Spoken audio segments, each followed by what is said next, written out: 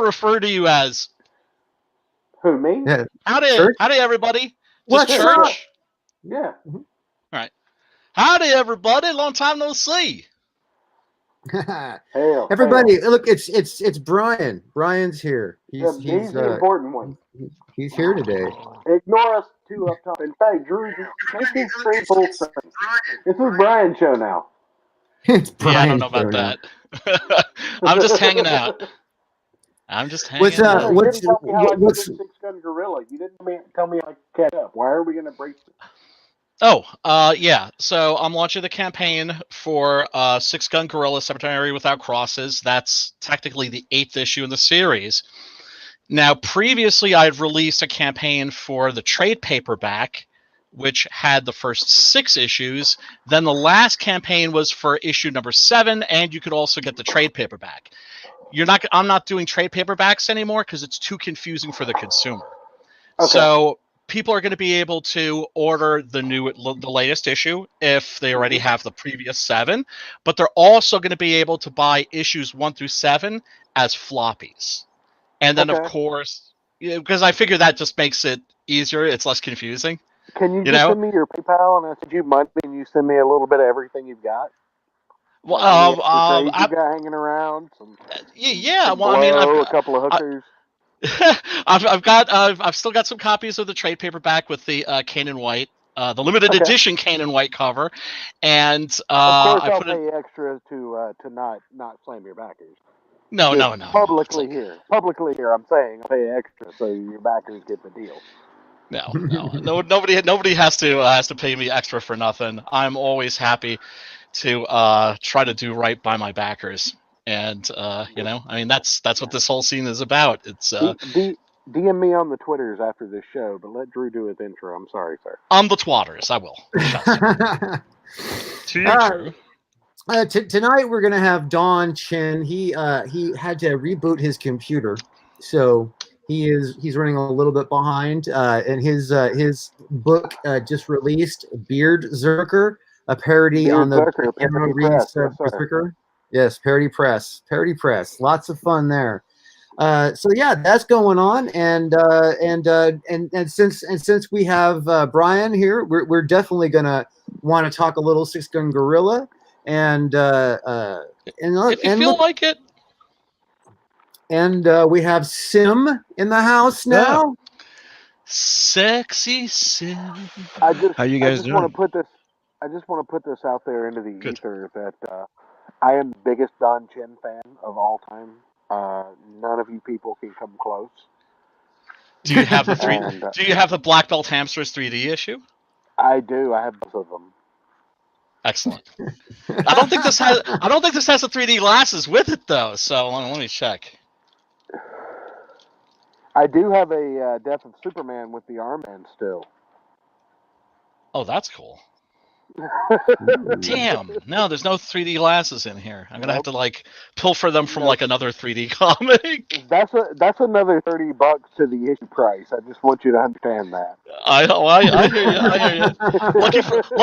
Lucky for me, I've always been a comic book reader, not a collector.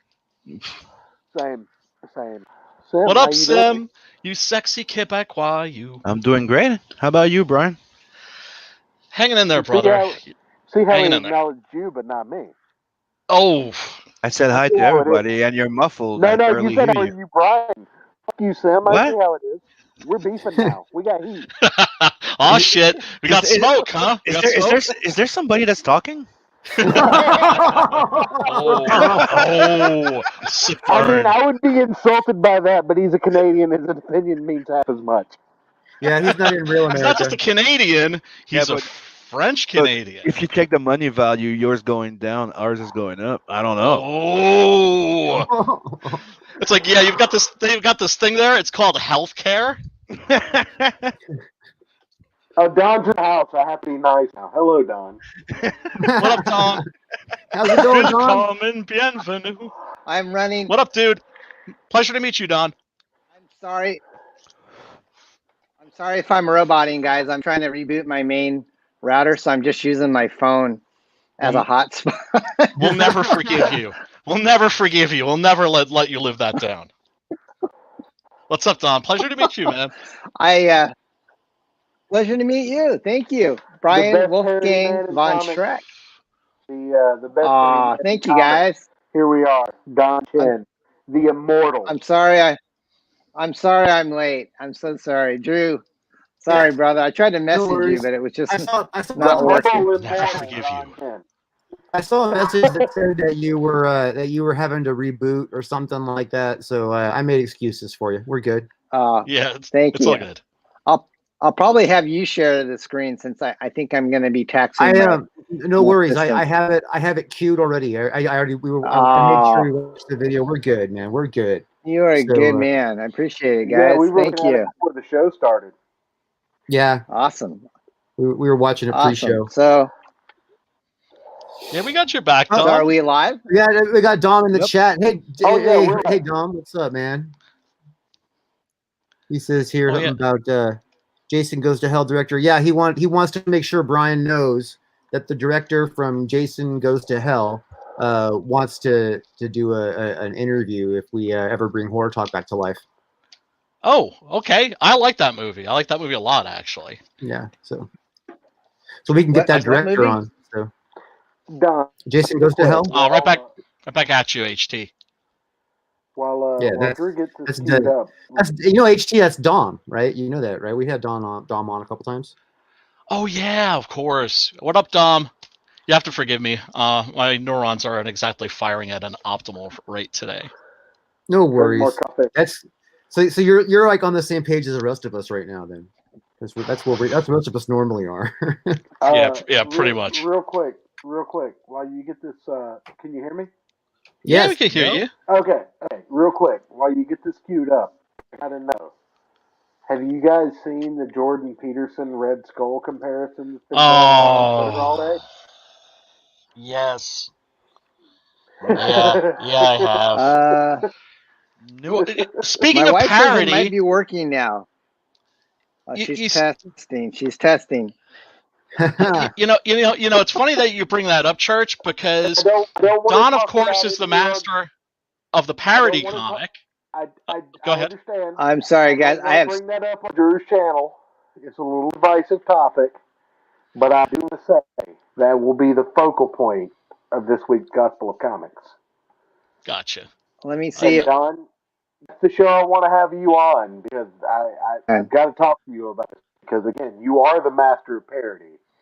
And nowadays, it's like parody is more difficult to do than ever because it's getting more difficult and more difficult to distinguish parody from the real thing. Yeah. That's kind of what I want to lead into. Oh, Dom fell out. Yeah, he's switching. We're talking about that when I'm on the stream. I got an image to maintain. Well, now that he's gone, we can talk smack about him behind his back, and then when he pops back on, we can add. Pretend. What was that? What you were saying? I don't know how that guy does it. Like he's such a great. What were you saying about the Red Skull? What a chump! Oh, dude, do you want to take this, Church?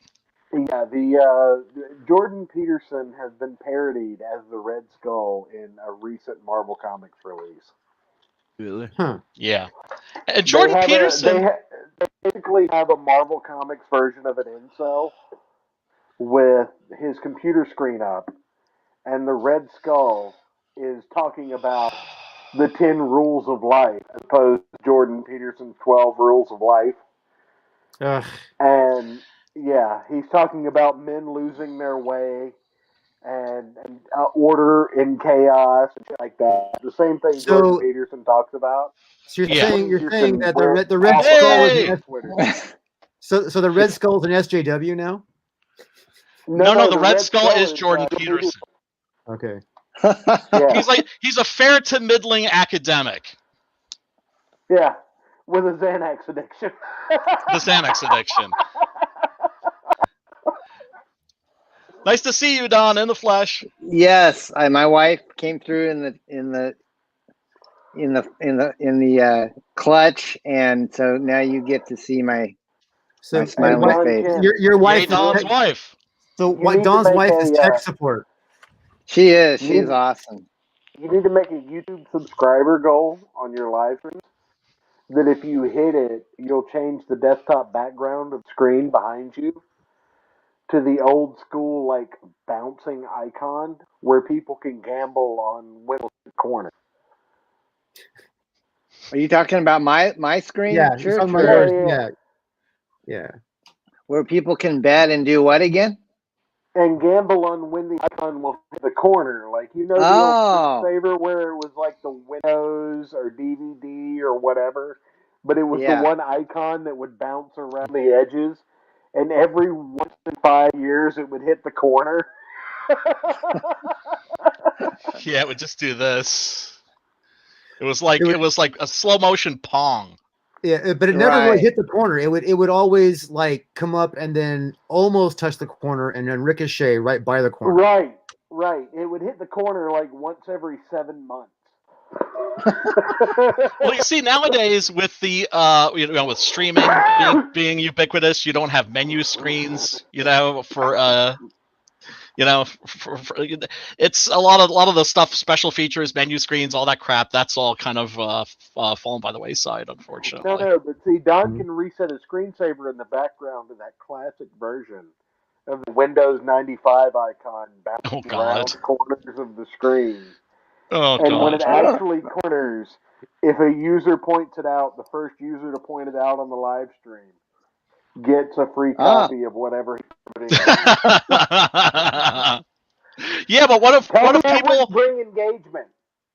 Yeah, but then what if people are lying and then Don has to go back and watch the stream and make sure that it actually happens? Confirm the footage. No. His mods in the chat, their job is to confirm the footage. So they have to just keep their eyes constantly fixed on the screen behind Don. No, Don, don't you have like rewind enabled on your stream? Rewind? Yeah, you can hit the scrub. You can scrub. No, if you're watching the stream, you can on YouTube or whatever, you can scrub it. But what if Don is covering the corner with his head or shoulder or something? One of the four corners. You don't get that win if it's that corner. I mean, I'm sorry. That gives an extra level of challenge. 1 out of 3 streams, Don's going to cover up a corner. What are you going to do about it? Oh, Don, you poor man walking into this stream. My director of marketing, Church. Look, I'm trying to make Don money here. You're funny, man. Good to see you. Well, hope everything's well. Let's always. Let's talk about BEARDZZERKER.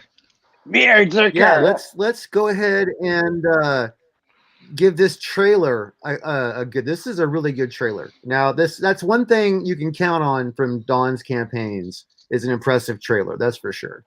Yeah. Don definitely puts entirely too much money in his pregame. Comics are totally awesome, and I'm totally awesome too. I mean, how much did you want to read cost to do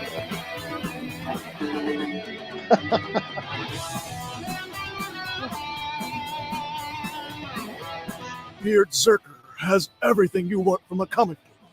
It's got great drawings, colors, great story. It's got great action, has a little romance, and it's about something. Not just any something. It's a parody of something.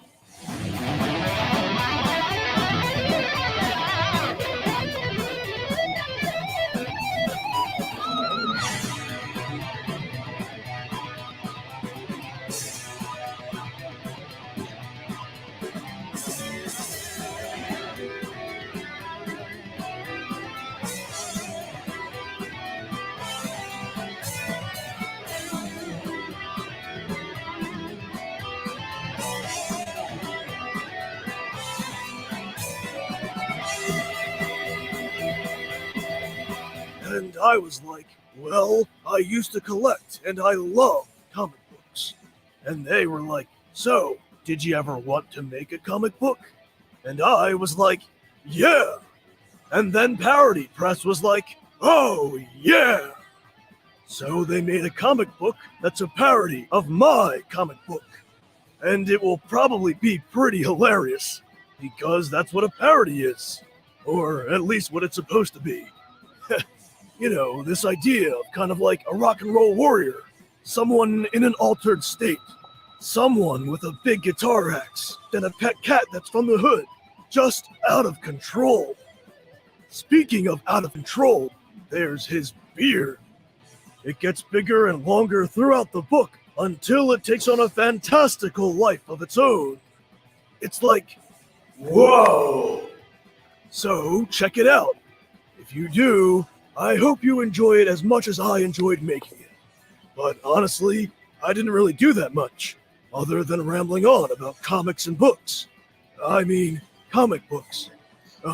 Wait, what was I saying? Oh well. Enjoy! BEARDZZERKER from Parody Press. Back it today!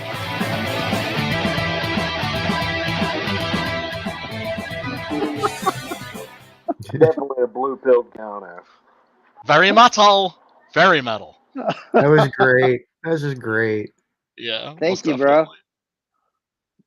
So you got some ringers too working on this book on the art. I mean, the names flashed by really fast, but quite a few recognizable names. Thanks, Brian. That trailer we did, we kind of planned the project back in the fall after KEANU announced his book on the video. And so we put this team together, but actually over the last month and a half is when we started getting all the big name variant cover permission. So in the credits on the trailer, that's the main team that we had, 4 months ago when we were kind of putting this project together. So Jim O'Reilly, who I see in the chat, he reached out to me and said, I would love to do a pinup or something for your book. And he just turned in this amazing piece, which you're looking at right now, which is colored by a really talented guy named Sigmund.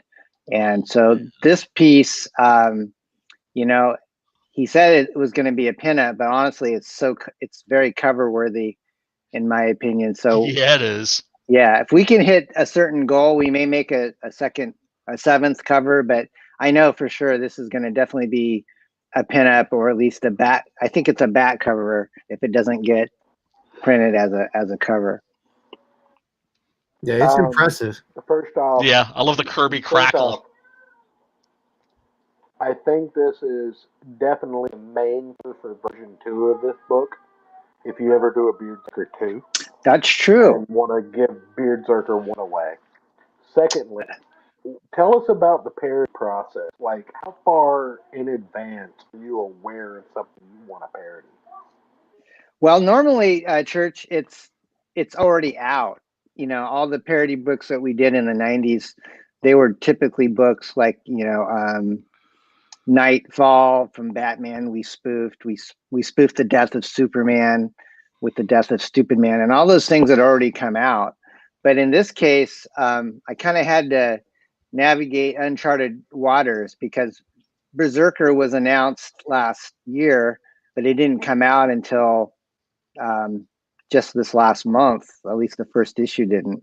So I just kind of had to wing it and just go off of what Boom Studios put in their pre-publication press releases, and I watched the YouTube videos with KEANU talking about the project as they were planning it. So I could tell he's going to be a kind of a badass soldier of fortune, a loner. He looks like KEANU, and so I just thought, why not make this guy, my character, like this, but he's going to have a lot of KEANU movie quality. So if you can imagine Ted from the original Bill and Ted movies going into a coma for 30 years and being, downloading all the latest martial arts programs and software to make him a warrior. That's essentially what our story is he's a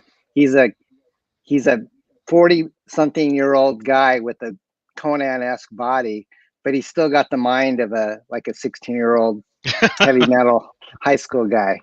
But they can Matrix shit into his brain, right? What's that? They can Matrix things into his brain, like he knows kung fu and whatnot. Right. Kung fu. Yeah. Exactly. So he wakes up and he's, it's not the 80s anymore. It's 2021. And so the government, they're having all these different pandemics and millennial issues that they don't know how to handle. So BEARDZZERKER's awakened from his coma to basically come and try to right all the things that no one else can seem to figure out. Yeah, this looks awesome. And we see there, there's a variant cover by Billy Tucci, I'm assuming. Billy Tucci gave us the permission to use she. So, okay, gotcha. Yeah, so Bill Mouse, who is our main artist in the book, he's the penciler and the inker, he drew the she cover. So you'll see all the covers if you scroll down. We tried to have a real attractive price point on this book. It's a $15 full color 32-page book with no ads. And so unlike X-Farce, which was 25 and 48 pages, we just thought, well, let's try to make it a little more affordable. I'm running a special right now for all 6 issues for $69. So if people want to take advantage of that, that's a pretty good deal. Yeah, it sure is. Excellent. So people will be able to catch right up. Excellent. See, I'm already getting like the Keanu Nunu of flashbacks. Awesome, vernacular. Man. Yeah.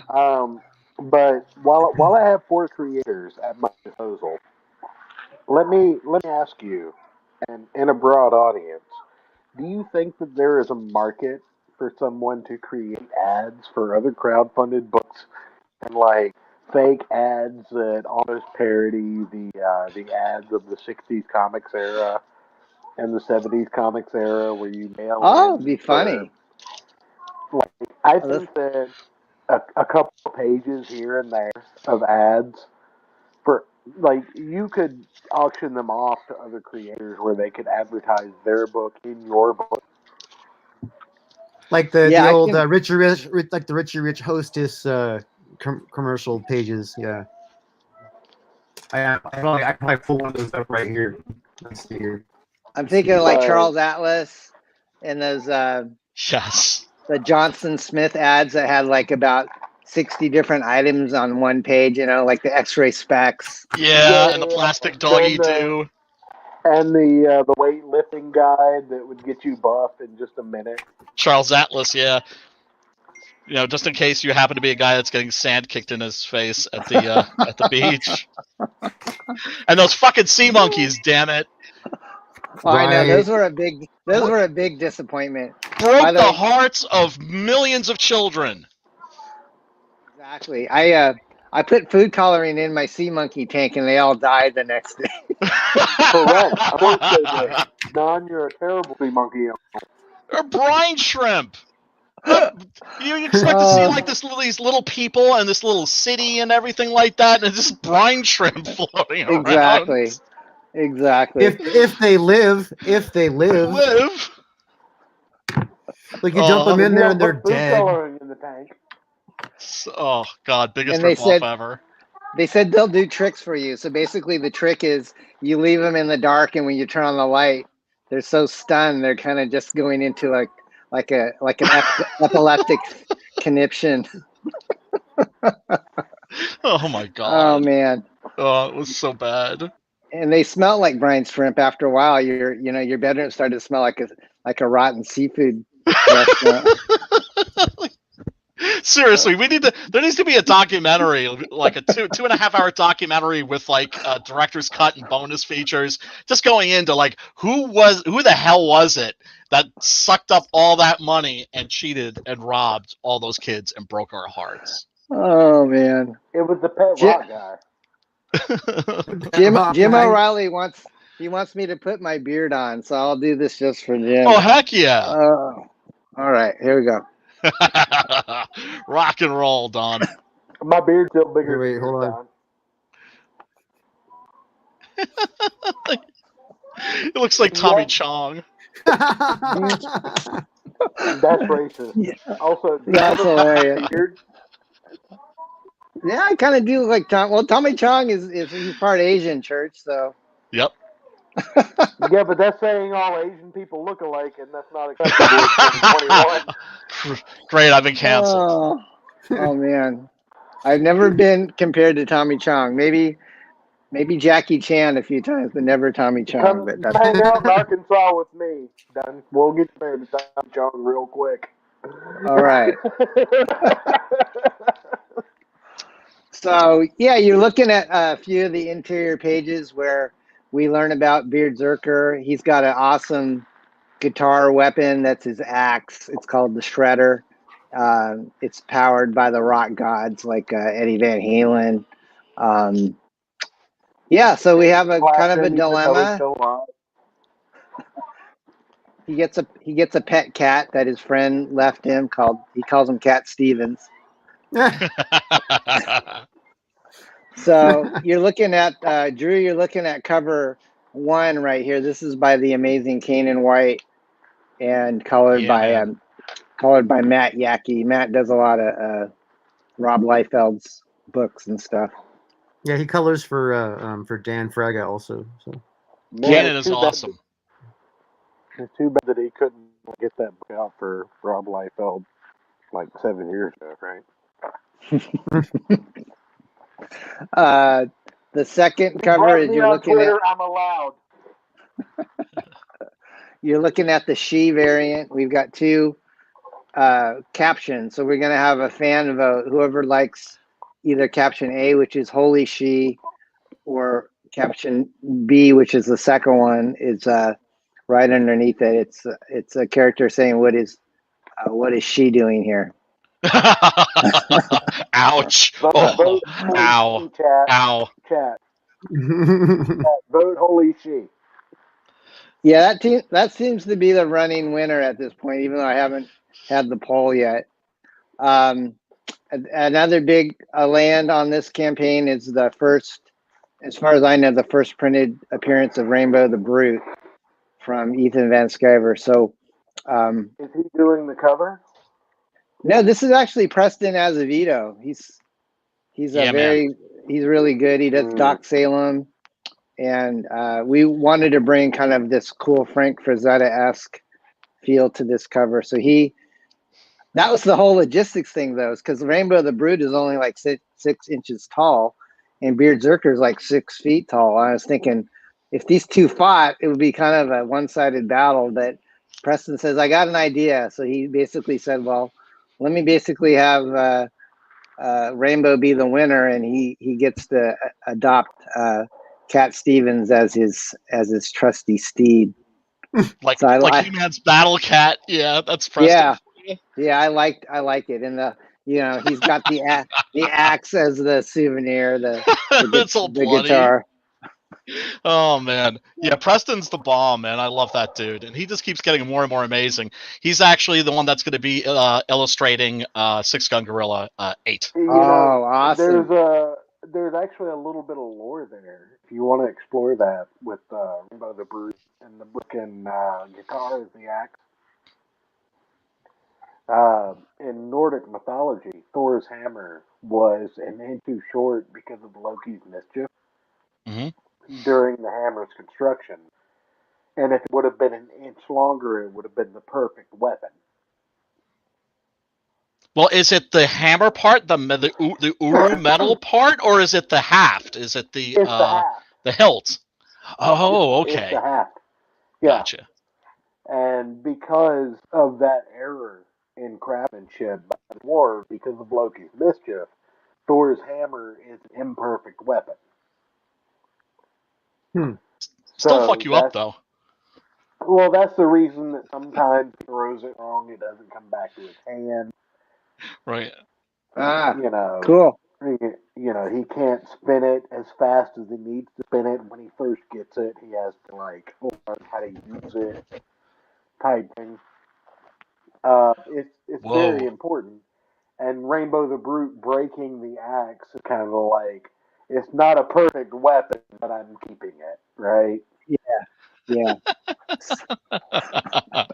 Yeah, you're looking at some of our stretch goals. I promised Michael that when he has me on to promote Six Gun 8, I'm going to be like reaching into the back of my closet for some of my old goth gear from the late '90s because I've got like shirts that will put that to shame. Promise me that when you come on Gospel of Comics as well. Heck yeah. And if I come on without it, then like stop and remind me, and I'll literally get up and go and do a costume change. Yeah, it'll definitely be like in the main display area. Like we'll full screen you when you do that. It'll be great. Hell yeah, hell yeah! I can't believe all the stuff that we've seen going by. The guitar pick in particular. I don't know anybody that's done like guitar picks. I have it right here. I've got them already made. Oh hell yeah! You should put an eggplant in the back of that. I used to see them. Is there This is anything like- in the used back to do of them it? with Lady Death. If we had really? 7,000, Yep. everybody gets a Okay. cool the next BEARDZZERKER time you guitar pick, The and then next time so you do cool. guitar you got pick, these cool die-cut stickers and rocks. anybody that does guitar Bitchin'. picks next, once you do guitar picks on the back of it, you have to put an eggplant emoji. That way, people can send pictures of the eggplant guitar Sketch cards? pick. The Sketch sketch cards. There's the terrorist beard. This is an add-on for $7 on any purchase, but I think people haven't seen they haven't signed up for the Fear the Beard tier, which is on the campaign page, and to me, that's the best bang for the buck because you get all 6 issues signed, you get a Bill Mouse sketch card, you get the MP3 Kiss My Axe album, and you also get this beard, all for $99, and any unlocked stretch goal. So if you guys want to take advantage of that, it's not a beard that I wore. I'll guarantee you that it'll be sanitary. It's not gonna have like little crumbs and stuff in it, huh? Right. So I'm gonna have to pay for a beard that you wore. There you go. Yeah, seriously. a Don Chin worn beard. I'll have to think about that, Church. I'll get back to you, bro. And for like an extra $5, you'll eat soup while wearing it. Right, like I got a shrine to build here, Don. I can confirm that the synthetic hair does not taste good.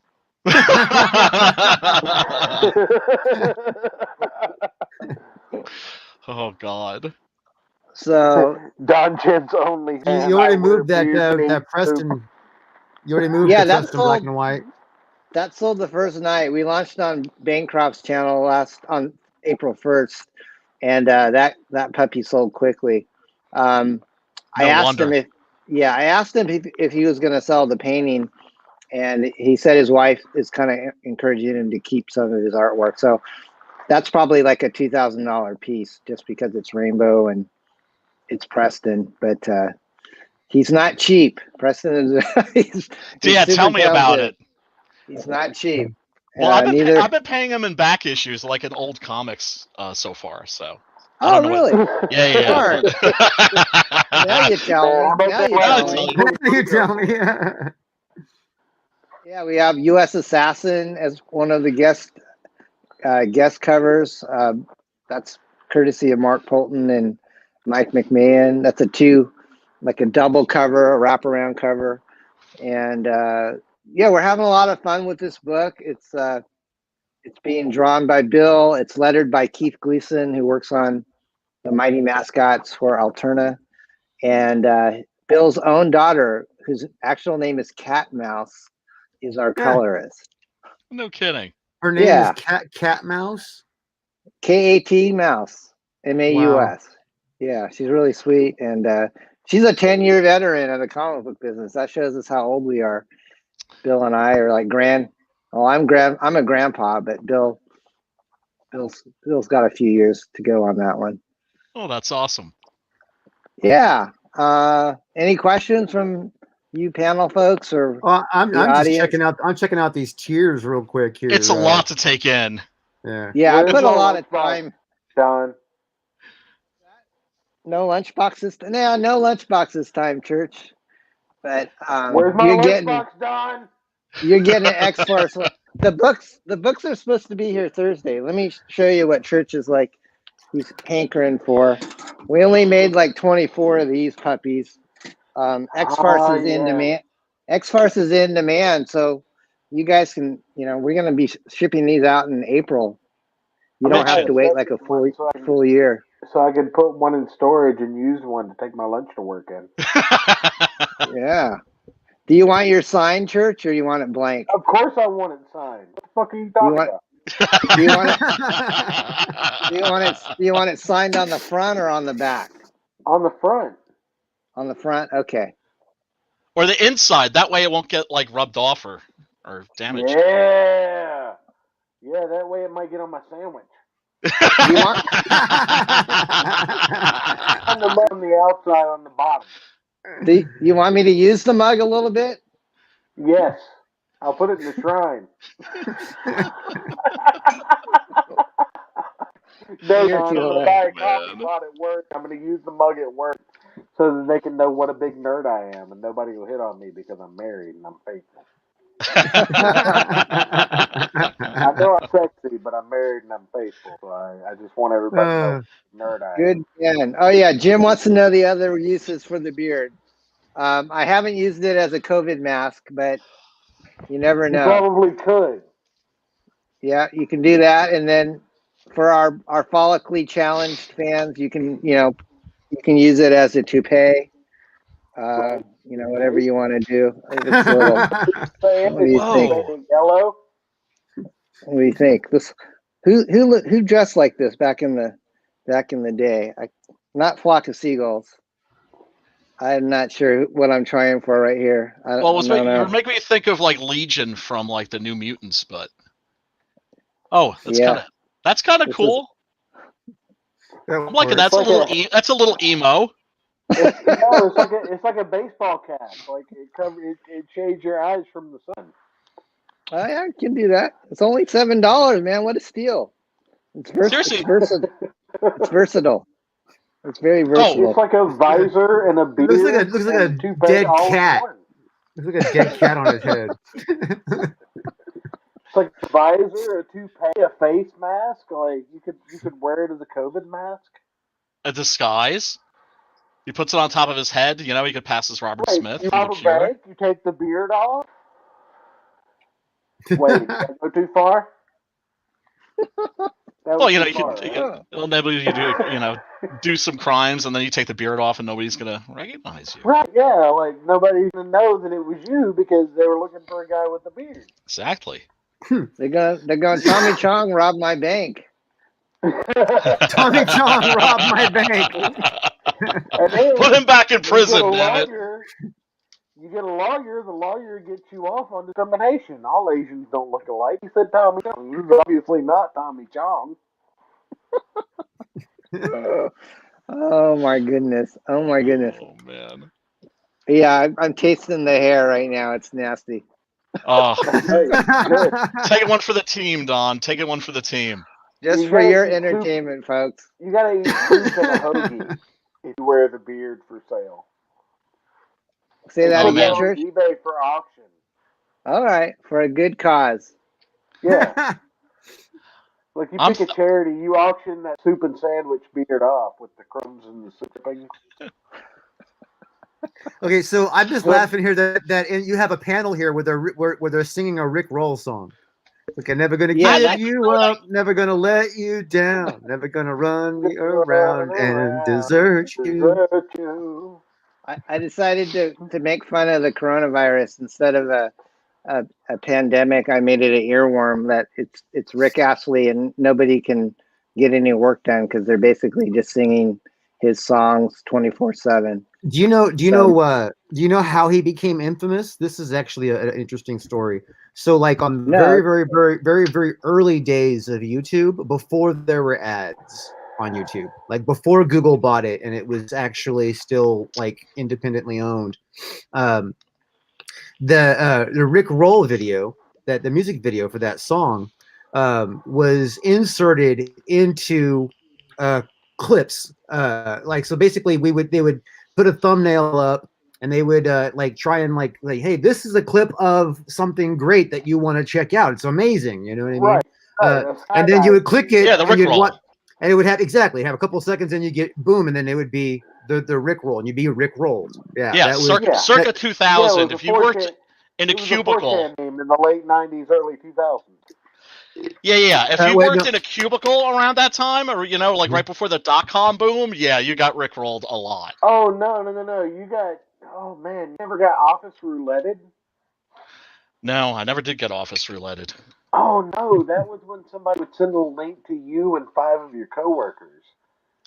Okay. And then each of you would click a link, and then once all 6 of you clicked it, like 5 of you would get kittens and birds and like springtime sounds, and one of you would get goatsy, and it would start screaming, "I F the boss's wife."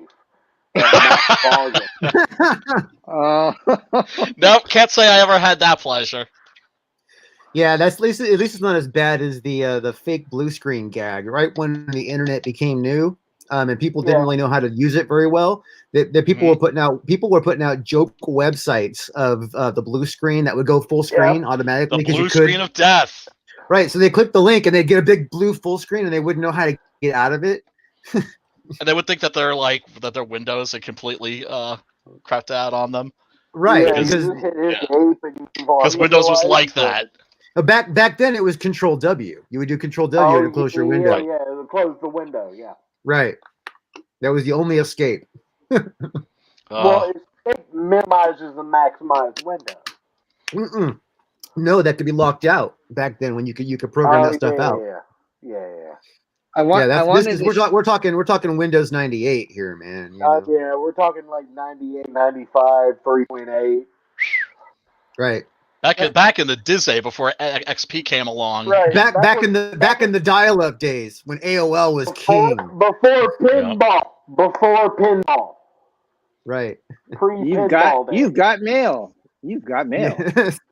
Shut the fuck up, computer.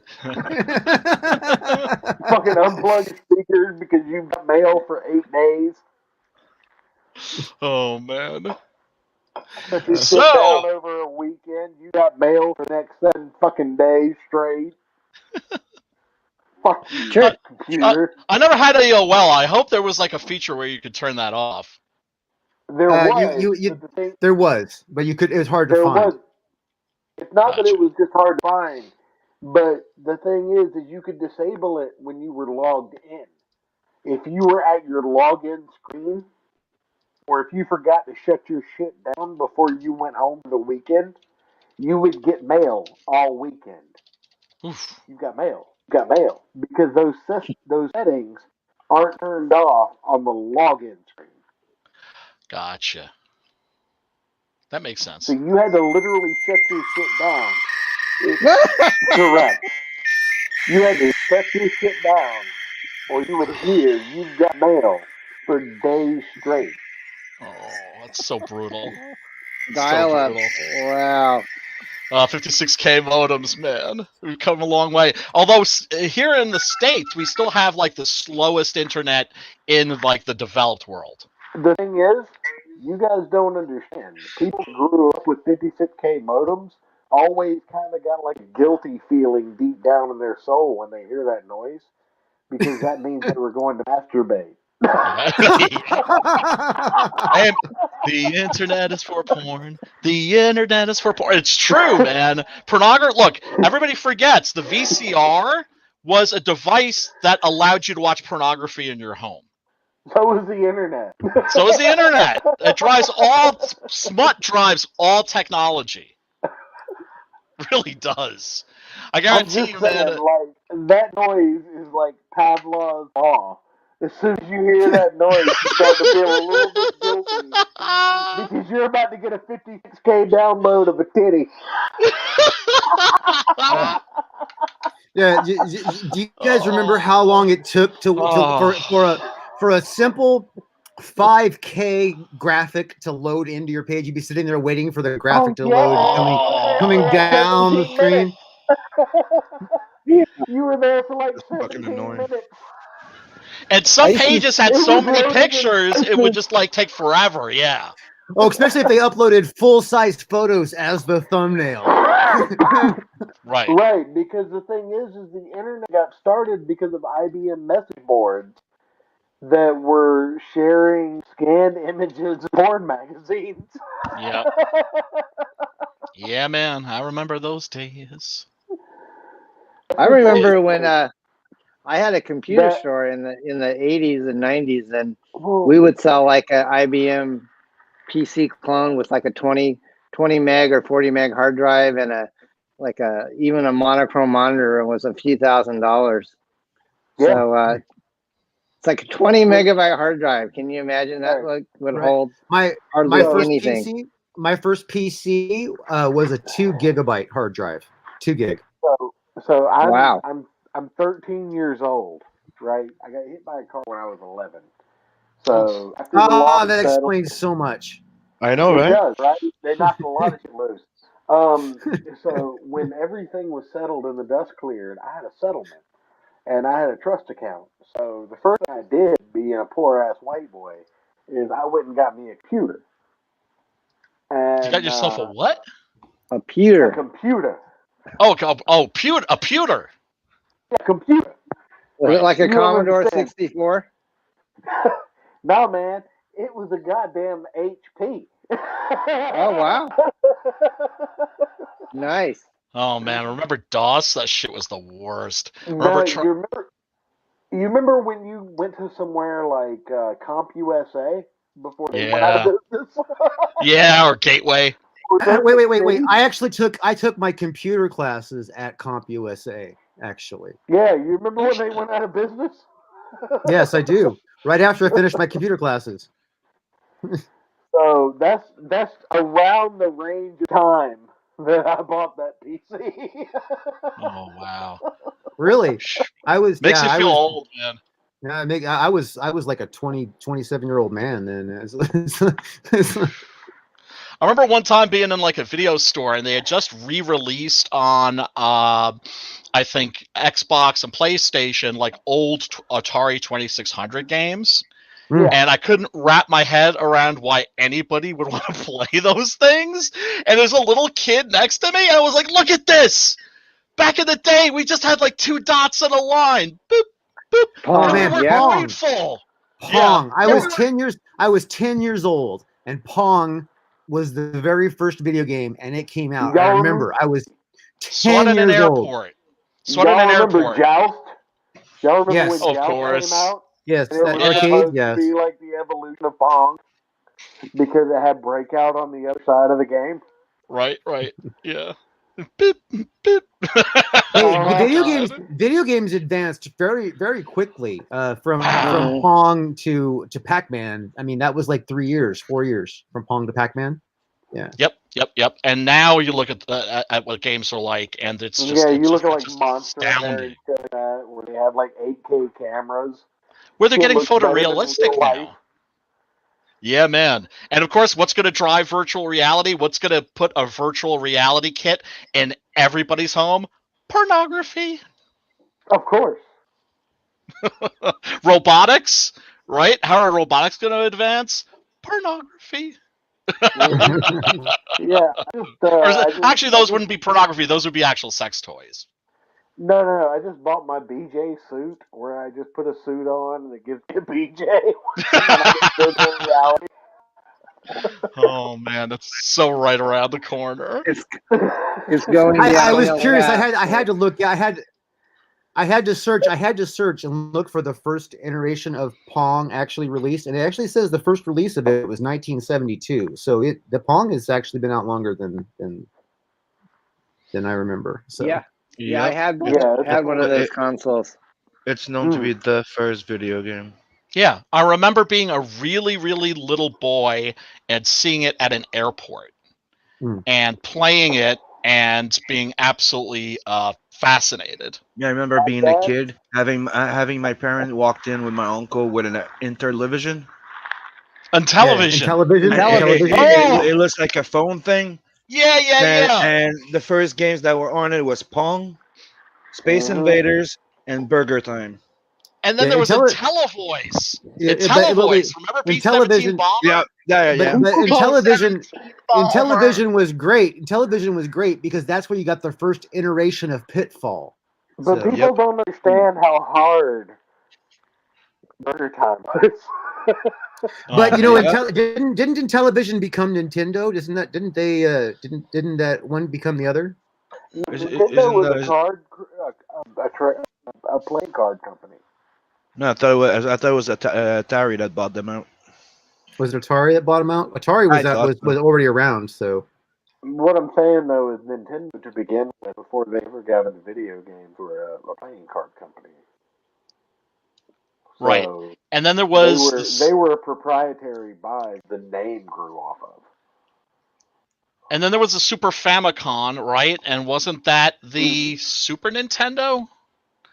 And then there was Neo Geo, and I forget what Neo Geo was. The American version was turned into. Basically a Sega. Right. Sega Master System. Right. Yeah, they had some cool games like King of the Monsters, which is like the only kaiju game I've ever played that has like the right approach. Problem with the kaiju games is they're always fighting games like Street Fighter, when really they need to be wrestling games. You know what I'm saying? No, Like they need to be open world destruction games. That with would be mini fun, too. bosses. And if you remember, Sega was the first console to bring the CDs to video game. That's right. The microchip. Remember that little little chip you put in there? The Dreamcast was a Sega device, wasn't The card. Because the Sega CD is a bitch move, and nobody liked it, nobody bought it, so you can't claim Sega CD. I had ColecoVision. Was a big goddamn deal. I had ColecoVision, which had an expansion where for turbo had a little wheel and a little gas pedal, and then it was supposed to have a add-on computer. But how fast does the gas pedal break? I never. Oh well, I mean, it got stolen by like one of my older brother's like junkie friends. So. And that gas pedal, if you were able to keep it in good shape, good on you, because that thing was worth a lot of money. So your junkie friend got high for a while off of it. Well, this is back in the day. This is like before there was such a thing as retro gaming.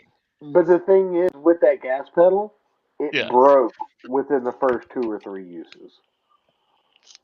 Mine did. Just stopped responding. Maybe you were stomping on it too hard, pedal to the metal. I don't know. Yeah, Church is a big guy. This game was goddamn pissy. Like it made me mad. Oh man. Hey, we got a backer. Thank you, somebody out there. Booyah! Yeah, seriously, Booyah. people. There's so much swag. There are so many different tiers. There are all these different variant covers. There's something for everybody here. Yeah, and you know what? Buy Laura a cup of coffee. Come on. Yeah, most definitely. It's her birthday tomorrow. Oh, is it? Tomorrow. Yeah. Oh, wish her a happy early birthday from us. That's cool. It's my bro's birthday at the same time. Nice. So what's this Kiss My Axe album? I have a musician friend named Laz Novak. He's got a Bandcamp page, and the music that's on the trailer is a sample of his guitar work. So I made a deal with him, and he said you can use whatever tracks you want for a BEARDZZERKER soundtrack. It's all digital, and it's the perfect soundtrack to read the comic book to while enjoying his music. Yeah. That's awesome. Yeah, I've always wanted to do like provide like a soundtrack to go with my comics. Yeah, maybe there's a sample. Go ahead. I'm sorry. Besides the track that you guys heard on the trailer, if you scroll down the page right underneath the Kiss My Axe promo, there's a sample of his, a YouTube sample of one of his songs that's going to be on it called Wrath, promo? Wrath of God. Very, very much towards the bottom of the campaign, Drew. There you go. Right. Scroll up a little bit more. Was it the video? Yeah, it's the one with the video on it. Here we go. This one. Yeah, he's pretty cool.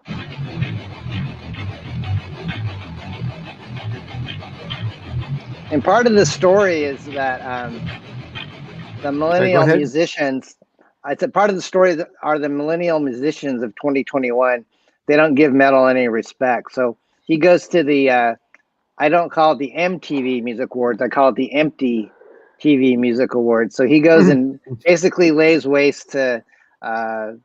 You got Adam Levine, Harry Styles, Nicki Minaj, and then the BTS guys, the Korean K-pop band.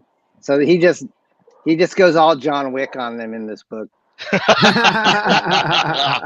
Oh, there's definitely some catharsis in there. It's like an Eminem music video for the comic book. Right? Yeah. It does look great. And you know what? We need more comedy books. We really do. Yes. You know, it's. I'm not saying we need creators that can take the piss out of themselves. Yes, absolutely. Yeah, this looks just like hell. This looks hella fun. Too serious these days. Yes.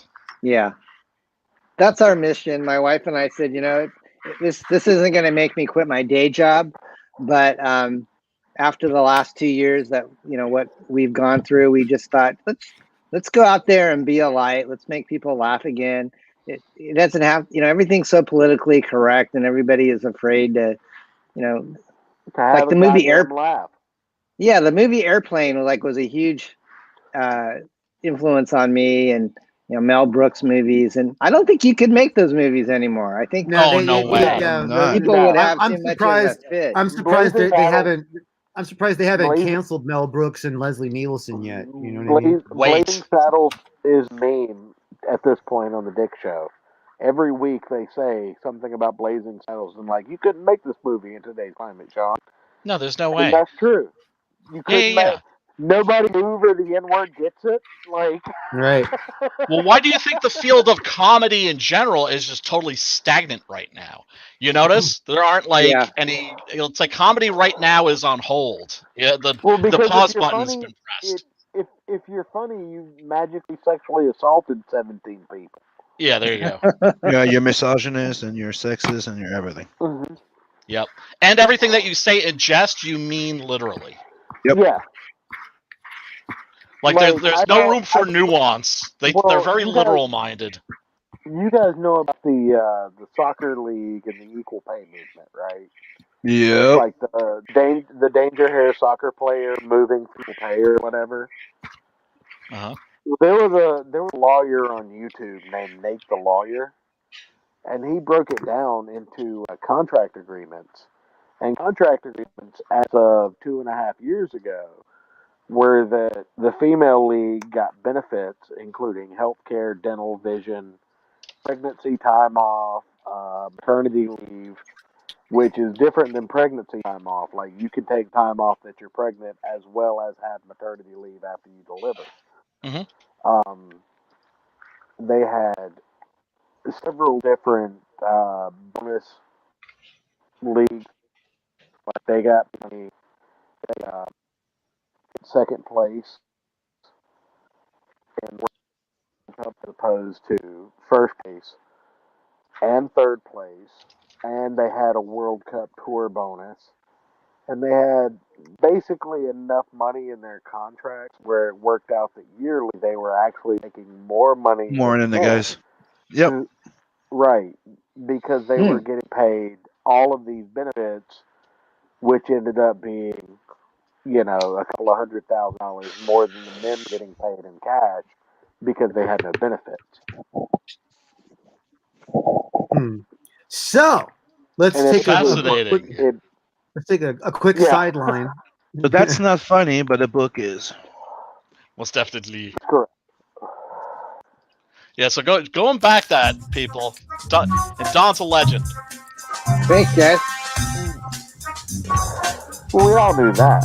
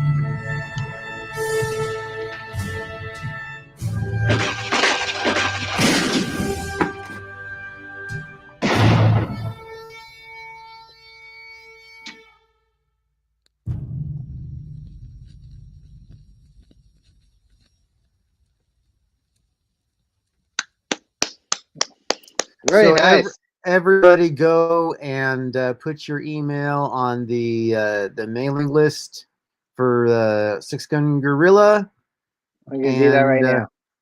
and that way we can. Already on it. You know, you're not missing anything when Brian launches this campaign, because these books are good. Brian's a great writer, but the That story he is is. also great. Yeah, so Wow. yeah. So definitely go do that. Go sign up for that mailing list. I put the link in the chat. You go and hit that up, and then go get yourself some of this BEARDZZERKER here, this parody, and yeah, that would be great. The looking forward to the book, Brian. He's still muted. He's making some tea. I had to get my green tea. I'm feeling like criminally under caffeinated. But yeah, no. I'm really looking forward to the book too. It's going to be killer. Is there caffeine in green tea? Oh Yeah. yeah, quite a bit actually. But also, it's super healthy for you too. It's like Andrew, check my screen for a sec. it's like a antioxidant. Ooh, what's this for? Nice, Sam. This is the first page of the last 8 pages of Outlaw Night. I'm the one picking up the slack for the last pages, and what I'm showing you is this. See, there's liquor in the back, right? Uh-huh. Oh, nice. Gibberish. That's awesome. Awesome. That's cool. Pale Awesome. Rider label. Nice. And I even made a signature to look like the Johnny Walker one. Nice. Nice. That's cool. You're the shiznit, Sim. So this is the first page. I'm almost done inking it. Like I have to finish the background, the bottles, and stuff like that. But this is my first page on the Outlaw Nights. Very cool. Good job. Very nice. Good job, Sam. Thank you. It's great Yeah. too because you're getting better, and that's what's really exciting about this particular time in crowdfunded comics and in this particular scene is you're watching people evolve. You know, you're watching people who are good to begin with, but like taking it like to the next level. It's like watching it's like watching like when Frank Miller was doing the old Daredevil comics, and you got to see Frank Miller go from like a reasonably good artist to Frank Miller. Yeah, love that series. You're gonna like this, Brian. One of my favorite. I'm doing a short story, like not short story, but a 60-page in the Ink Slayer thing. So they're all going to be split up in 3, and it's going to be Lowani and Rose, and the story is called Daddy Issues. Ooh, very, very cool. Oh, that I looks think great. someone's gonna die in that book. Yeah, somebody's getting hurt. No, somebody's not escaping unscathed. I'm using the hashtag Girls Gone Wild in Space. Oh, nice. I'd love to do something for Inkslayer, but does it have to be something original, or can I just like take a piece of my old comic and just throw it in there? All lazy. I don't know. We'll talk about it, but usually it's Alright. original stuff. Should be. Yeah. I'd love to contribute something to that. That would be. Oh yeah, yeah. You'll probably be writing something eventually. You know, All right. you are working on something, right? And it was for that magazine. By the way. Okay. All right. Got it. Excellent. Say no more. Say no more. Secrets. Nudge, nudge. Wink, wink. Secrets. No, we're not hiding it. Not dropping we're any. vocal about it. We just don't talk about what the project is. Exactly. But no details. It has to do with that. Remember that cybernetic type of marshal I showed a while back. Mhm. We're doing a story about it. Yeah. And Like he's Sim, the writer. Yeah. Yeah, Sim had a story and like just a plot, and I wrote a script, and now Sim can do whatever the heck he feels like with it. So Right. So right now it's there on the shelf. We all know it's gonna happen. But yeah. Yeah, and then of Yeah, course I'm good. also Blood Hunt and the yeah. Dark Salem. Yeah, and then I finished the first issue and am halfway through scripting the second half of the Blood Hunt Doc Salem crossover. Which is going to be Awesome. a lot of fun. I was thinking at first it was going to be maybe like like 30 pages or something like that, and then I got to like page 32 and they were still beating the piss out of each other. And there's a few things we came up with that I don't think that's ever been done. Like, Yes. all right, you'll see. Yeah. And so and because I figure also it's like if they're just like, well, we could toss this, we could toss that, but then also if they feel like adding something too, because we're it's not they're cool guys to work with, Preston and Sim, because like me, it's not about ego. It's all just about the finished comic. It's like what's gonna make. It's like if you have an idea that's better than mine, I'm not gonna be like, no, it has to be my way because my idea is better because it's my idea. It's just gonna be like, no, if your idea is more awesome than mine, awesome, because it'll make the comic better. Right. Always the best idea. The best idea always wins. And so far, like I started reading the script and the first draft of the script of the Blood Hunt Doc Salem, and I'm like, dude, I like the intro. He goes, well, I had another idea for the intro. How about this? And I'm like, yes. Exactly.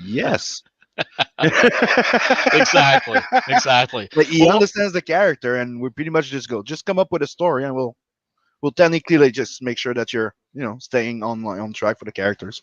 Yeah. Because there is a sense of responsibility there, because Sim and Preston basically have taken their sandboxes and put them together and invited me to come in and play in their sandboxes, and I don't want to leave a piece of cat poop there. But that's good. You don't want to leave cat poop in someone else's. No. So they're gonna. So if they, they're gonna be able to say, obviously, if they're like, oh, my character wouldn't say that, or he wouldn't do that, or But I think I've got a pretty good idea of who these people are. Right. Yeah, I can say, yeah, you do. Good. Hey, Drew, I'll say for my part that you understand Vincent. Yeah, we're go ahead. I mean, Dominic, if you have to leave, we're pretty much about ready to wrap up anyway. We're just at that shooting the shit part of the show. Okay. Can I show off my old Don comics? These are from thanks, back in the day. Those look familiar. Yeah. Awesome. And when baggies and everything. Oh yeah, absolutely. And when this came out, it really messed with people's heads because, it was a parody of the Teenage Mutant Ninja Turtles, but the Teenage Mutant Ninja Turtles was a parody of the Frank Miller Daredevil comics. So this is a parody of a parody. Right. And it was a really good one too. Thank you. Thanks, man. I didn't know Turtles were a parody of Daredevil. Yeah. Yeah. They're created by the same radioactive isotope that falls out of the back of that truck and hits Matt Murdock's eyes. Yeah. Yeah. One last thing I want to show you, Brian. Check this out. Oh, I've seen that, dude. It's so fucking cool. looking high res. That's awesome. Bitchin'. See, when I mean like he's taking he's taking his time. Dude, look at this shit. I could print Who it is as this? a poster. Is That's this Scotsman. That's Scott's? Yeah, Scott's is amazing. That's just a beautiful. panel in a page. Wow, Yeah, he's so pretty, cool. Beautiful. very nice. Very But yeah, cool. thanks for hanging out with us, Don. And Thanks, Brian. your Sam? book looks like fire. Thank you, bro. And Thank you, I- Drew, for the backing. I appreciate that. Thank you, my friend. I'll back it when I'm no longer a broke ass bitch. Yeah, so a few years from now. Yeah. When my Biden bucks get there. Where's my bucks, Biden? You didn't get your Biden bucks yet? Mm-mm. Hmm. Sure didn't. Everybody I know already got theirs. Well, Check your bank account. Yeah, I have on the regular, and still no Biden bucks. I'm gonna have to rob a liquor store soon to feed my crowdfunded comic book habit. You should, if you looked up when you're supposed to get it, because you can check out the website that tells you when you're scheduled for it. No, I haven't. I shall do that. You should. I shall do that. He has to sniff all the money before it's dispersed. Might take a while. Listen, Anyways. Pat. Thanks, guys. I had a great time. Thank you, chat. Appreciate Nice it. meeting you, Don. Okay, guys. I'm gonna Don't go be a get some stranger, man. dinner. See you later. Yeah, go get some food, man. Tell your wife hi. All right, well, bye. Bye. Peace. Yeah, Don's a really good dude. He's a really good dude. Yeah, he is. And his comic looks freaking awesome. BEARDZZERKER looks freaking awesome. Yeah. I can't wait to dig into X Farce also. So yeah, that looks really good. That's from like a couple of years ago, right? No, But that's he just finished that campaign. He just finished it. What he mean is that it's a reprint. It's a reprint from an old one that he remastered and he added something. Yeah, and he added more to it. Correct. Yep. Yeah. Very cool. But I'm looking forward to reading that. So you know, you like the Drew Brew? So that do I don't know. The Drew Brew was funny. I loved it. That was hilarious. So like I was trying to find one with Brian like six. I don't know. This you can't really do something funny with a 6-gun gorilla or the Brian Seltzer. It's all good. It's all good. I'm not hurt. I don't feel left out at all. You should do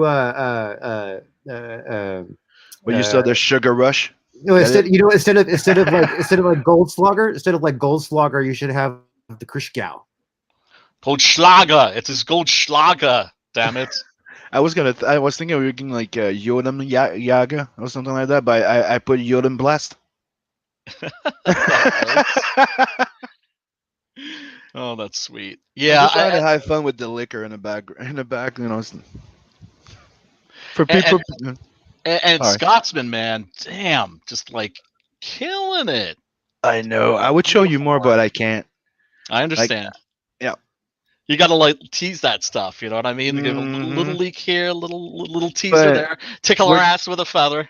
We're getting in the spoiler area, and I don't like sharing spoiler. Like you've noticed with Blood Hunt, right? People are like, "Oh, you're sharing most of the story." No, I just told you the 12 first pages. Most of the stuff I stayed away from. Yeah. Like the first thing that Brian told me is like, "Dude, you really freaking like you didn't tell us shit." Nope.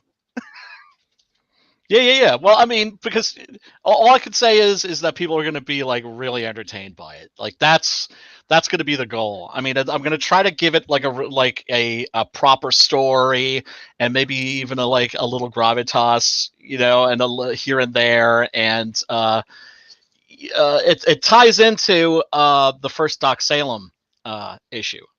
So it's the plot's sort of a continuation of a part in that, but I'm not going to give away what that is. And it's actually going to be canon in the Vincent thing. So.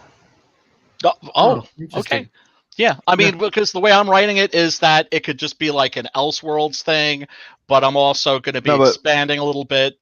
Remember when we discussed about Gabrielle? And yes. There you go. That's why. There you go.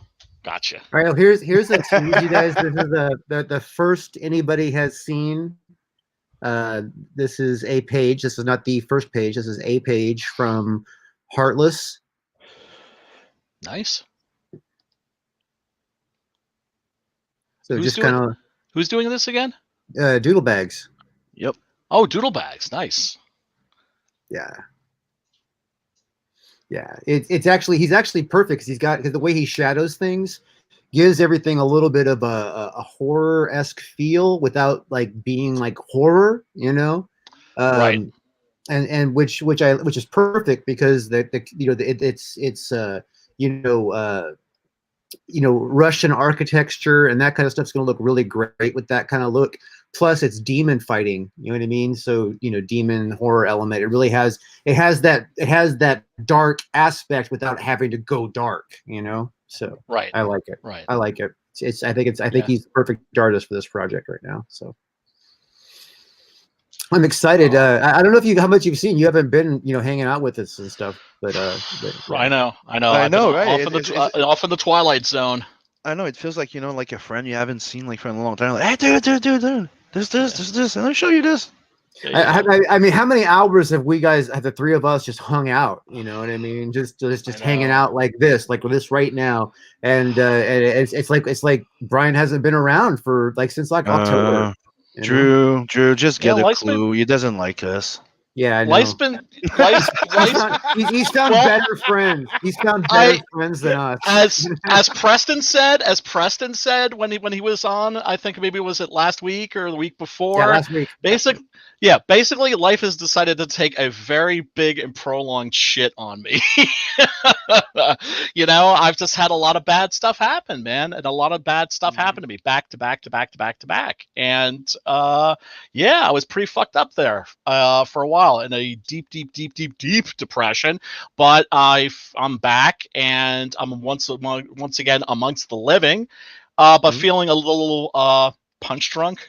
Yeah, you might say. Still trying to reorient myself. You'll get oriented. You'll and then everything will become like humdrum again, and then you'll be like, damn.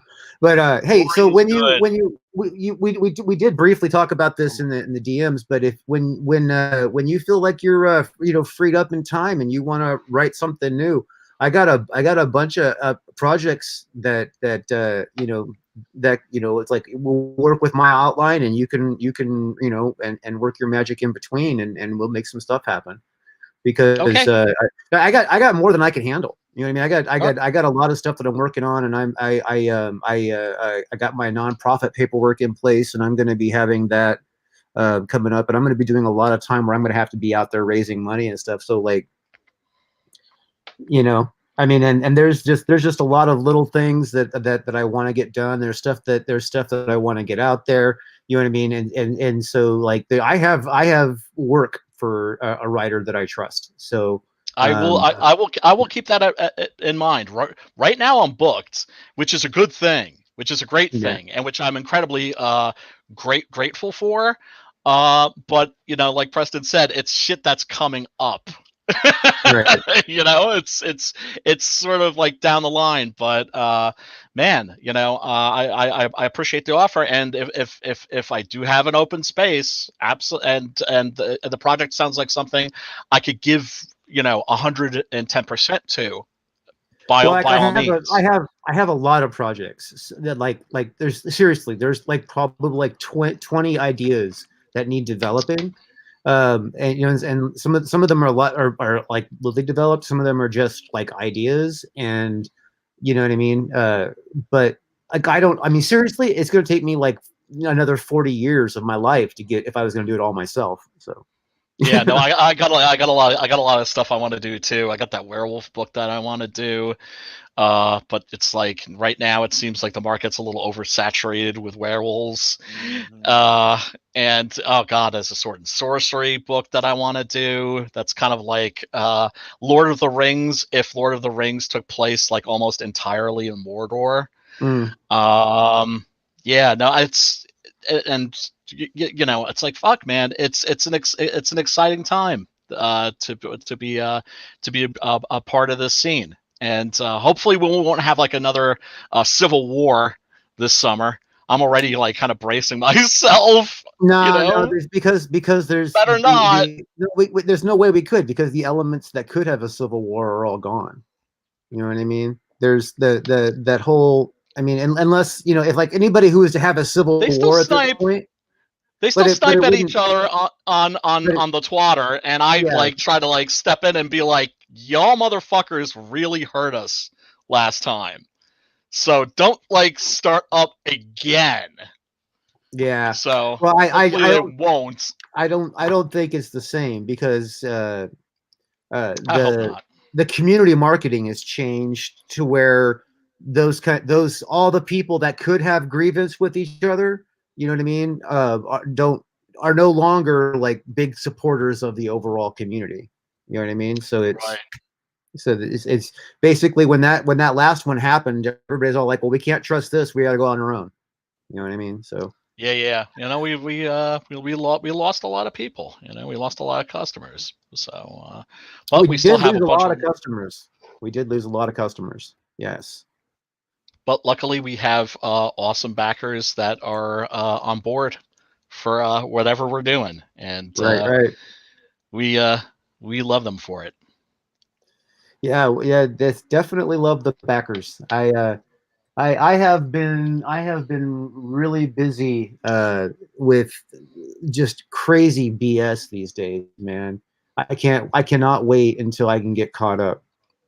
I mean, it is insane, like the kind of stuff, like, because I was I mean, you guys know, before I started Heartless, I was already really busy. You know what I mean? Yeah. I was. Yeah. And now I run Sparkle's show on the production side, so I do a lot of that on the back end. Yeah. Oh, and rock and roll. that, right, and at the same time, I'm also putting out that series, and then there's my nonprofit. I'm working on music. I'm working on finding people to create other music. I mean, I have like so many coals in the fire right now. Yeah, and I mean, man. it's and I'm waiting for the letter from the IRS to come from about my nonprofit, because you know what I mean. That basically it's all it is. When I get that, then I'm going to open a free bank account, because I had a bank account for the nonprofit before, but I went and looked at it because I wasn't doing anything with the company. You know what I mean? Because it was everything was going on. Bank of America sucked up $800 of my money just in account fees for just having the bank account open, just for having it open. Right? Oh, they're the worst. Yeah, it was. Yeah, so I'm not going back to them with the nonprofit when I know there's another bank in town that's just as good, that will give me a free bank account with the nonprofit. But I have to have the paperwork to do it. So I'm waiting for the paperwork in the mail, and then once that happens, I can actually take donations to that account officially, which means that I'm going to have to be out there basically telling the story in person. You know what I mean? So I and then conventions are coming back soon. Finally. Are they? What's the Eventually. status of that? I'd heard some rumors. Right now, on. there's a bunch scheduled for September. Right now. And then there's a couple that are small ones that are sporadically scattered, like May and June and stuff like that. But September, they're coming back in force, supposedly. So. Oh, I hope so. I miss doing cons, especially miss the East Coast Comic Con. It's like one of those cons. It's in New Jersey. That's like just the right size. It's not like, I mean, the New York Comic Con, as much as I loved like selling out of comics, like on the second day, 400 comics, that was great. But the Javits Center is just a freaking nightmare. Yeah, I know comic book professionals who will not go to the New York Comic Con just because it's at the freaking Javits Center. Because it's not built for like one big convention. It's built for like a medium-sized convention and a small convention. And so it gets so crowded. It's like there's the dealer's room, which also has Independence Alley. And then there's the Artist's Alley, which is on the complete other side of the building. and it's so packed that you can't walk from one end to the other. You can only sort of shuffle. Yeah.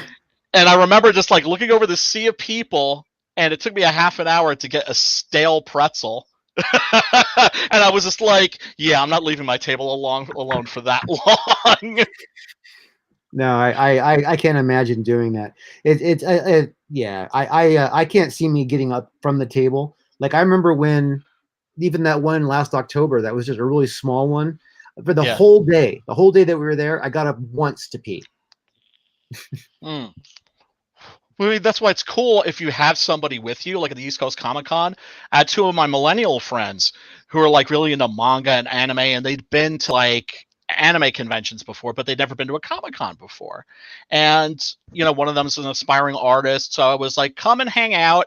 And I brought extra camping chairs, and so they got to see what it was like behind the table.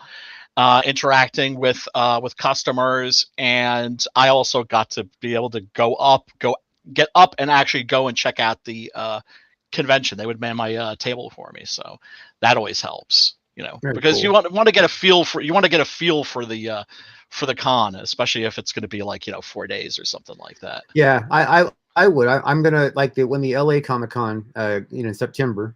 I'm already scheduled for it because it's my deposit rolled over. So and it's going to be cheaper, the balance, because they did that to us. So it's going to be less expensive, bigger picture, like by I'm gonna save a couple $100 or something. And so that's cool. I got that, and that's actually the most important one for me for California, because well, basically because not only will is it like huge, and like everybody will be going to it because it'll be at the time when everybody will go, but that's where the industry people are. So if I want to be able to, pitch the fact that Captain Love is, and it'll be impressive because I have a huge backdrop now for Captain Love and the standee, and I have all this product. I have so much freaking merch. You know what I mean? I know. It's frustrating. I got 7 posters. I got like trading cards and product. By then chapter 3 hopefully will be out. You know what I mean? So we'll have a big noise. You know what I mean? Like people will walk by and be like, how come I never heard of this? You know what I mean? Right. Because it'll be so like loud, because it'll be so much. They'll be like, how did we not hear of this? I'm like, COVID. I'll be like, COVID.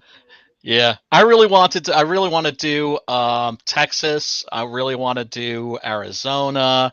I would love to do Chicago again. C2 E2. That's actually the perfect convention. That's like just the right size, and all the food, and there's actually good food, like edible food, is all in one direction, all against one wall, and it's big, but it's not overwhelming. Well, yeah, I mean, it's like there's no telling how. I mean, honestly, I don't have enough experience at working conventions because of COVID came in and choked it out. I got a couple of little teeny ones, and then that was it. So I mean, if these big ones turn out to be productive, you know what I mean, then I might even like travel, do Chicago, do Texas, do East Coast, you know what I mean? Because if they're productive, and like where I'm selling all my inventory, then it's like, okay, let's refresh the inventory, go to another con. You know what I mean? Yeah. So Definitely. definitely. Sim, what's the deal in Kanukistan with the cons? Anything up there? We're still in full quarantine. New York. We still have lockdowns. We're still not, we're not allowed to meet. Nobody were allowed to meet for Easter or nothing. So, what do you think? Yeah, gotcha. Yeah, we're starting to open up here finally. So we're starting to open up here. And the guy in Ontario, the complaint about the vaccine 2 days after he was asking technically forgiveness, saying that they were going in full lockdown for 4 weeks. The full Ontario. So I'm like, that means that we're all going back in for an extra 4 week. And last time they said 4 week, it was supposed to end in February 4th. Right. Right. Yeah. My fear is that they're It's just been a going little to. while since. Yeah. My fear is that they're going to do what they did in the beginning, which is like open, close down, open, close down, open, close down. So I don't know. We'll see. We'll see. It's getting You tired been though. vaccinated yet? It's getting played out.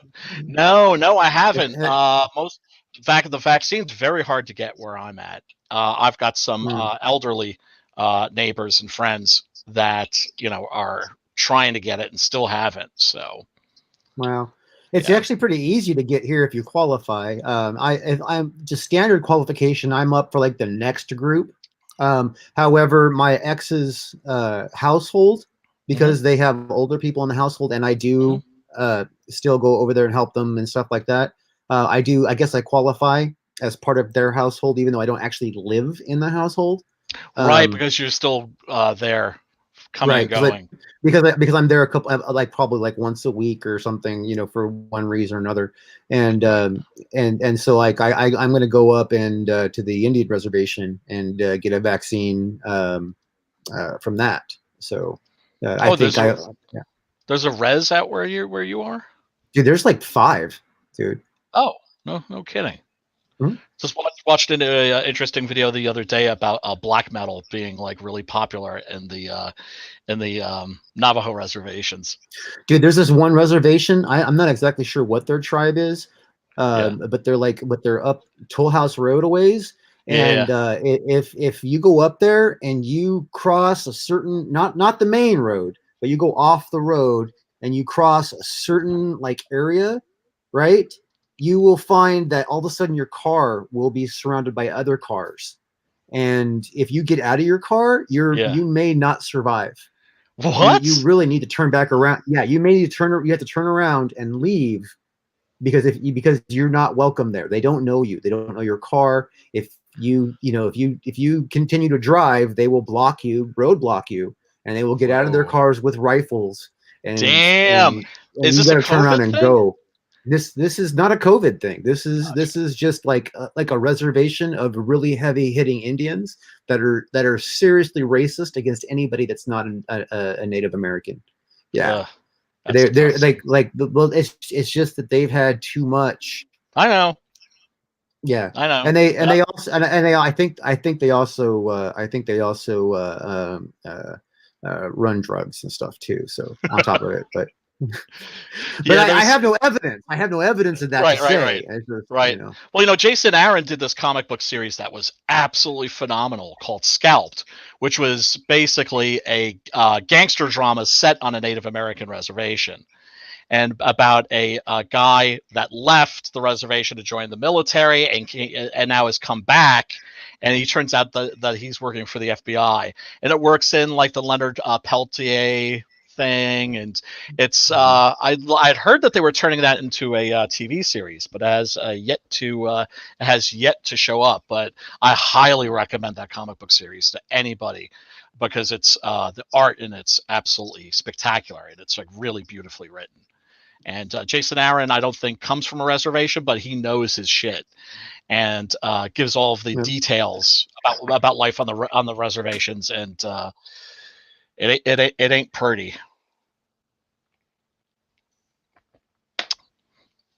What about you, Sim? How's the campaign for Nat going? Oh, we're $199 away from reaching the next stretch goal and having all 6 a.m. stickers unlocked. And I also said that I was going to give away a surprise little print with it. Nice. Right. So we're almost there. The colors are on it. Like right now, he's coloring the new pages. After that, there's the remastering. Should be by the end of the month. Next, we should start printing and starting for filming. So that's why I if you look at the cards, I put some sketch cards yesterday on there, and they sold out pretty goddamn quick. Nice. nice. So we're looking to start printing, fulfilling at the end of the month or May. It's just finalizing the colors right now. Is there any chance that I might be able to persuade you to do some sketch cards for Six Gun Gorilla? You think maybe, kinda? Persuade? You really need to persuade? Just need to ask. Rock and roll, brother. Rock and roll. That would be great. That would be great. Yeah, I'm still putting my campaign page together, and it's just going so slow. Yeah. You know, yeah, but I think I'm launching on either the 10th or the 12th, and you know, extending my feelers, and you know, You better be selling some drawn in it. You selling drawn in it? no, I haven't, but You, that's you need to that's a do you need to do possibility. 100 you need to do at least 4 $125 drawn in tiers. You know what Okay. I mean? Okay. Yeah, at least do at least 4 because I Preston can whip those out. You know what I mean? Um, I need all the help I can yeah, because I'm and rusty, brother. you know what I mean? Yeah. You know, I would say even like talk to some artists about hooking you up with some trading cards or pinups. You know what I Oh mean? yeah. Oh yeah. I already have. It's just, you know, I have to I want to make sure that I have the money to pay them up front, because, you know, I want them to be able to work with me with confidence. Right. And also this is going to be very odd for me, because this is going to be the very first campaign in which the book isn't already finished. This is actually going to be the first campaign I have where I'm actually raising the money for the book to be created. Yeah, but that gives you the enticement to keep pushing hard until the book's ready to go. You know what I mean? Yeah, yeah. 'Cause So you're you- telling me and you're telling me you're gonna have a print of your friend's artist, right? Uh-huh. On that campaign to help fund. Well, yeah, yeah, absolutely, man, absolutely. You know, that would be the, you know, Preston's already done 4 pages. They're at the colorist. They're in the process of being colored, and you know, talk to Phil, of course. You know, from Zade Comics, because he is the swag master. I don't think anybody's like included as much swag with their book as that guy. So, you know, he's like, you know, told me like, oh yeah, like, you want to check out this place, check out that place. So I'm going to do stickers and bookmarks and trading cards and all this other stuff. And then of course the legendary Blue Muppet, George Peter Gatz is doing the 3D printed figurine. I have no idea how that's working out. I have no idea how much they're going to cost. We'll see. yeah, I'm waiting for them to arrive. You know what I mean? Has he shipped yours yet? I think so, but I haven't gotten them yet. So I hope they're gotten not mine. lost in transit. I haven't got mine yet either. He actually I got a shipping notice like from stamps.com that he was going to ship it, but then that shipping notice got canceled. So, but I don't know if he just like did another shipping without the email notice, or if I just don't know what the hell. And Right. it's like you know George has got like so much on his plate at one time that getting in touch with him sometimes is a challenge. And of course, he's got his campaign going now for Joe King too. So everybody go Right. check that shit out. Which I've invited him to, and I've actually backed it. But I invited him to come on and promote it, but he didn't get back to me. And I know he's Yeah. like he's just George. So Yeah, he's a busy dude. But oh my god, the 3D things that he's done for us look absolutely freaking amazing. oh man, they're small. I mean, they're going to be really small, but I can't wait to see it. You know what I mean? I just can't wait to like I have it in my hands, and I know. It's gonna be good. That's gonna be rad. And then of course it's like we haven't even talked about how much are we charging for these things, and because I want to make sure that he makes a profit off of this. Well, yeah, definitely. And you know what I'm saying? Well, yeah, and I mean, and here's the thing. I mean, it's like depending on like the shipping issues. If it's an issue to ship from Canada to here, you know what I mean?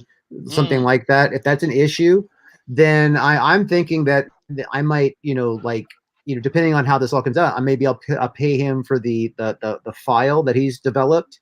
You know what I mean? And actually have a 3D printed, mass produced here somewhere. You know what I mean? That's So crazy. That's so right, because that's the whole thing with 3D printers is that that's the whole concept is that like if you needed a car part like or a surgical instrument or whatever all the way across the world, all you have to do is just have that file and then you can print it there. right, and It's like yeah, yeah. I got 3D printers here in town, so I don't have to do. You know, what I mean, like, they can print it and then there's no shipping. You know what I mean? So Yeah. That's I mean, I got a 2D printer in my room. Oh, you oh, those are so cool. Now, are these like the new ones that print like with a kind of? Because what do they use? There's like the Yeah, resin ones. Resin. I bought a resin printer. I bought the Ellie Gumar's Pro 2 Pro. Oh, that's so How's that? How have you tested it yet? Is it how sharp Not is yet. it? I don't have time. So I you're haven't not. had time to. I bought it. I haven't had time to install it. I have stuff to draw.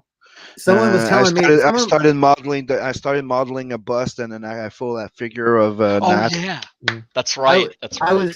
I was told that they have like $300 3D printers that will do high quality 6x6x6, you know what I mean, 6 inches by 6 inches. So if you're printing something that is 6 inches square or smaller, you know what I mean, that you can buy your own $300 printer and just whip That's them what out. that's what I have. I can print pretty much anything between 6 to 7 feet, 7 inch tall. Yeah. Yeah. So you have And what's the going price for those? the one I 300 got. something. Yeah, they're about 300 and something. Yeah. What? 300? Wait, $300 for a 3D printer? 350 about. That's crazy. Holy But shit. then you also have to buy the equipment to wash it, depending on what you want. But you have to also cure it with UV lights. Yeah, you got to. Really? There's more. Yeah, you Yeah. got. Well, there's depending on the material. I mean, some of it just. Yeah, cools. depending on which resin you use with it, and the different resistance and what you do with it. The certain resin you need to isopropyl alcohol or what is Right. it? Right, because I'm assuming that they require quite a bit of maintenance. Well, the Technically, heads that- do. The heads do. Yeah. Yeah, but the idea is that you print it, it has residue. You clean it in the alcohol. Yeah, it takes off the residue of the holes and the cracks and the details, so it takes off away the surplus of resin. Then you dry it off, and you put it in the UV cooker. And so the resin itself, is that something that needs to like heat up and melt? Yeah, Nope. that's what happens. Nope. No, the resin itself. No, it's liquid. Oh. Well, It's a liquid bottle. pretty- You put that in a vat, right? And it prints upside down. And as the UV lights on the machine cooks the resin, it pulls up. So the one that So I was the- looking at Fucking getting, crazy. the one I was looking at getting, the resin comes on spools and colors, and it's like, it looks like like trimmer line, really. You know what I mean? But it's like on a spool, and that melts, and then it feeds through, and then when it cools, then it's done. You know what I mean? You don't have to do anything else with it. However, you have to go really slow with it, or it'll sag. I noticed that's what I was told. Oh, like a little like it'll look sort of like Are you sure it's melted or resin? something? Yeah, Most of the resin, most of the resin printer I've seen, it's all liquid and it prints upside down. yeah. I can send you a link to it, man. I can bring it. Actually, I'll just bring it up here on But Amazon. they have been developing new printers that like go $1,000 and up, between $1,000 and $5,000. That they can, it's industrial resin printers, and now they're starting to push the fact that now you could color print them. Oh, so Yeah. oh wow. Damn, so the technology, of So- course, like everything else, is just moving like really fast. Yeah, This those are fucking expensive to over 10K, 25. This is the one. This is the one Now. I was. This is the one I No. was. This is one of the ones I was considering. Here, hold on. Let's see. This one's one of the more expensive ones I was considering. This one's 500. You know what I mean? But it pulls up high quality stuff. I had no idea that these things See, were, look. I mean, like See, $350, it comes on- $500? See that the rod filament spool holder? But that's not resin. That's not resin. That's rod filament. Yeah, it's filament. Okay, It's so- LCS or whatever it is. Right. So that's not a resin. That's what I'm saying. That's crazy. I thought that these things were like really like Yeah, prohibitively while you're there, check the Elegoo Mars 2 Pro. You're gonna see yeah, what yeah. it looks You know, like. I have no idea what you're talking about when you say LL Cool Mars. Elegoo. Check that out. Look at that quality. Just type resin printer. Hell yeah, baby. Mm-hmm. For 386. For 386. That's so fucking cool. Because Right. I know a lot of people who are like really into Warhammer and that kind of a thing are very into printing like their own minis with these things. Well, the technology now that makes everybody so stoked, everybody's like so stoked about from my reading, is the fact that so see there they've got wood, PVA, Yeah. they're all on spools. Yeah, it's all FDM. It's plastic. It's the plastic spools. Right. That's so cool. And You how could have this. expensive are the spools? You have the same thing with resin. You have wood resin. You have everything. Yeah. Is this like one of those things where like the printer itself isn't that expensive, but then the spools are really expensive? Probably something along those lines. Yeah. Last time I checked, they were between 25, 35 or something like that. The spool, but You can look depending right if here. what you want. So Oh, for okay, it's not bad. for these three, it's $50. There you go. Oh, okay. So it's like almost like an inkjet printer. That's not bad at all. Yeah. So Yeah, of course, I have no idea how far those things go, like how much stuff you can print, but still, it's affordable. That's it is, so you know, fucking cool. it is affordable, and it's going to get more affordable over time. Of course. And then supposedly the trick, though, from what I understand, the trick is that you have to do it really slow, or else so you can get the detail. And then and then the way you check what kind of detail you get is you look at the head and see the smaller opening on the head, the more detail. So like this one is, where does it say? 1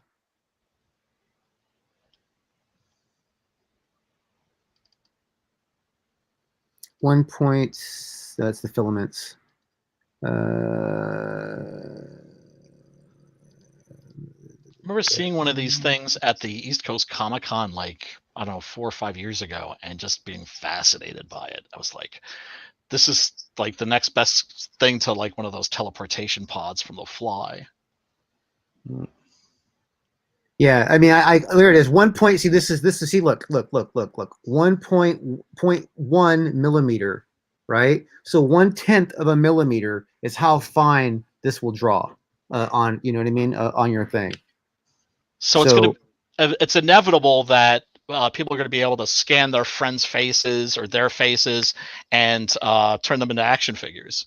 Yes, it's already something that's been done. Yeah. Yeah, it's people are doing that stuff now. I got one of my friends that's his business in Toronto. No shit. Nice. Yeah, they have a 3D camera and they take picture and reproduce them like that. Oh, that's so cool.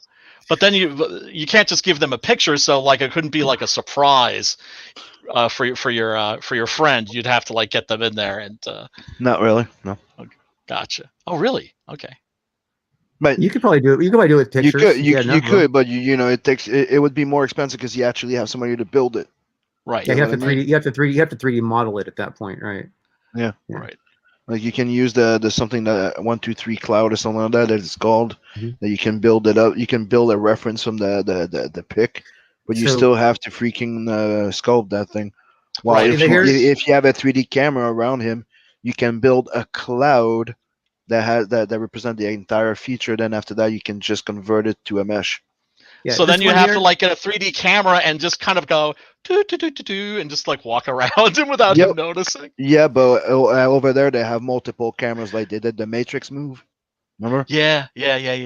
Of course. Yeah. Oh, that's so cool. You see, So see how this says 150 by 150 by 220 millimeters? This is a good size because 150 is about 6 inches, right? So 220 is what? 220 is what? 22 centimeters. So that's basically 9 inches almost, 8.5 inches. Gotcha. So 6 by 6 by 8.5. Yeah. Fellas, I am going to have to peace out, but I will Same here. Yeah, we'll we talk should- to you. Talk to you soon. And I'm back. Thank goodness. Glad to yeah. have you back, brother. Thanks for having me, man. Dude, this show's yours too, man. You know what I mean? This is the three of us have been doing this since we started this thing. for quite some time, and everybody in the chat, much love to you too, and you two fellas, I will talk to you soon, and getting something to eat, and then back to the salt mine, back to working on the campaign page. All right, man. Take care, brother, and let us know if you need anything, man. Absolutely. Peace and love, as Ringo says. Peace and goodbye, everybody. Everybody take care and have a great evening, and we'll see you